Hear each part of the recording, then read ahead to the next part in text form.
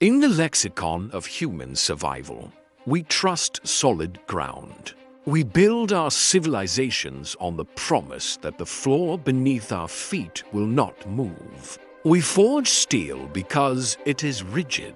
We pour concrete because it is permanent. But on a cold, blustery morning in November 1940, the people of Washington state watched that promise unravel. They watched the impossible happen. There were no explosives planted on the piers. There was no earthquake shaking the bedrock. There was only the winder force as old as the earth itself, and a catastrophic failure of human ego. This structure was designed by the greatest minds of the 20th century.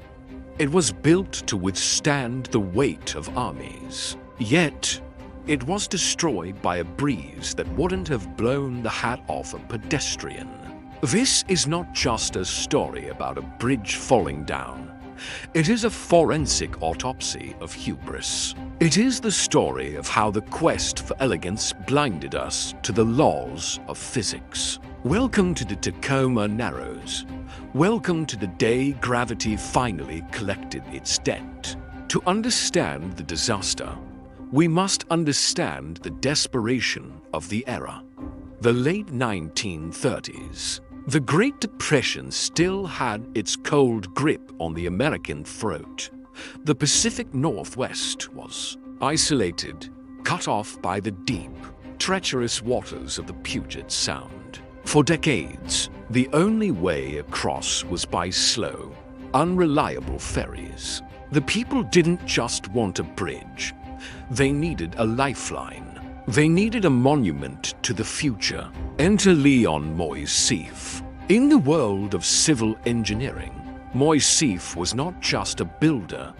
He was a celebrity. He had consulted on the Golden Gate. He had designed the Manhattan Bridge. He was a visionary who championed a radical new idea called deflection theory. For a century, bridges were built to be heavy and stiff. The logic was simple. If it's heavy enough, the wind can't move it. But Moisseiff believed this was primitive thinking. He argued that a bridge could be light. It could be flexible.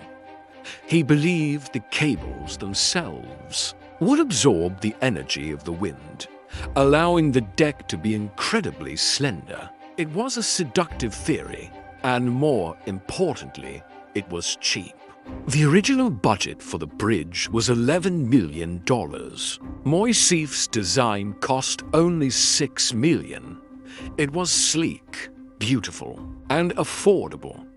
But to achieve this look, he replaced the traditional open trusses which let wind pass through like a screen door with solid 8-foot plate girders. He inadvertently created a solid wall against the wind.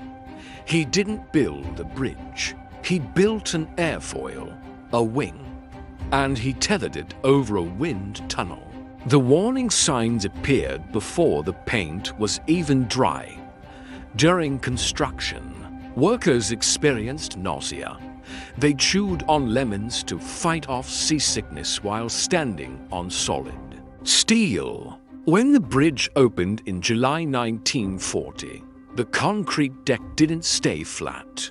It breathed. In light winds, the bridge would rise and fall several feet in a gentle, rolling motion. The locals fell in love with it. They nicknamed it Galloping Gertie. It became a sensation. Farmers, tourists, and thrill-seekers flocked to the toll plaza, paying their dimes to ride the concrete roller coaster.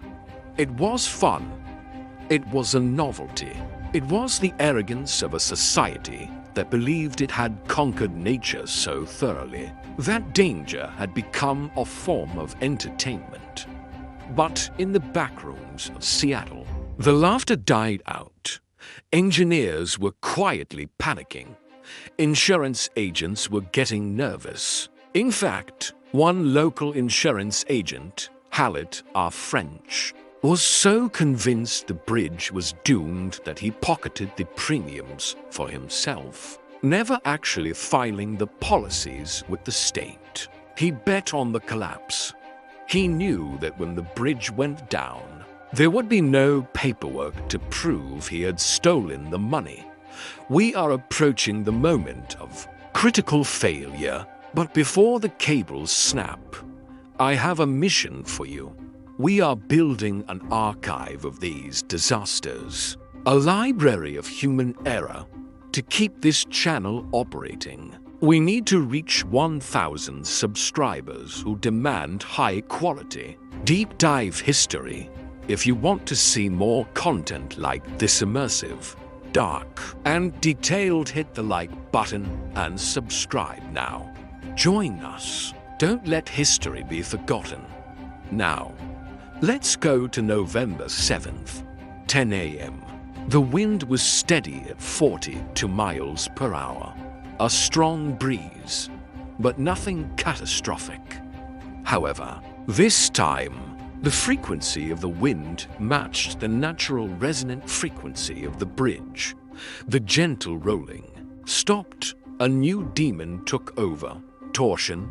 The bridge began to twist along its center line. One sidewalk went 28 feet up. The other went 28 feet down. Leonard Coatsworth, a newspaper editor, was driving across when the deck tilted violently. His car slammed against the curb. He opened the door and was thrown onto the asphalt. He tried to stand, but the bridge was bucking like a wild animal. He had to crawl. For 500 yards, he clawed his way toward the towers, his hands and knees shredding on the concrete. Watching the suspended cables snap one by one above his head like whip cracks. Coatsworth escaped with his life, but he left a passenger behind. In the back seat of his sedan was his daughter's three-legged cocker spaniel, Tubby. Professor Farquharson, the engineer studying the bridge, was actually there. He ran out onto the twisting deck, risking his life to save the dog. But when he reached the car, the terrified animal bit him. The bridge gave a violent lurch, and the professor was forced to retreat. At 11:10 a.m., the tortured steel finally gave up. A 600-foot section of the roadway ripped free and fell 190 feet into the Puget Sound. Coatsworth's car and Tubby vanished into the freezing water. The pearl of the Puget Sound was gone. The silence that followed was heavy with implication. The collapse of the Tacoma Narrows Bridge sent shockwaves through the global engineering community. It was the end of the era of intuition. It proved that the deflection theory was fundamentally flawed when applied to aerodynamics. We had forgotten that bridges are not just static sculptures. They are dynamic machines interacting with the air. Leon Moisseiff never recovered. His reputation lay at the bottom of the Narrows. He died 3 years later, a broken man, his genius overshadowed by his greatest failure. The bridge was rebuilt in 1950, but this time it was different. It was wider, it was heavier, and most importantly, it featured deep, open trusses. It let the wind pass through. We learned the lesson, but the tuition was paid in steel and terror. Every suspension bridge built today from the Akoshi Keikyo to the Verrazano stands firm. Because Galloping Gertie fell, we learned that in the battle between man's stubborn pride and the forces of nature, nature will always, eventually, win.